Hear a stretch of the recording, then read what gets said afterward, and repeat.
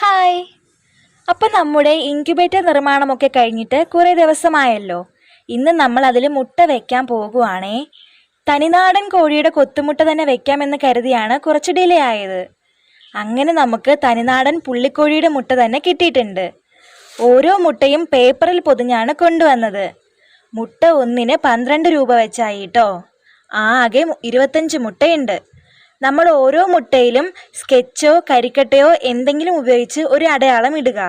അതെന്തിനാണെന്ന് വഴിയേ പറയാം. ശേഷം നമുക്ക് ഇൻക്യുബേറ്ററിൽ ഒരു കോട്ടൺ തുണി വിരിച്ച ശേഷം ഓരോ മുട്ടയും സാവധാനം നിരത്തി വെക്കുക.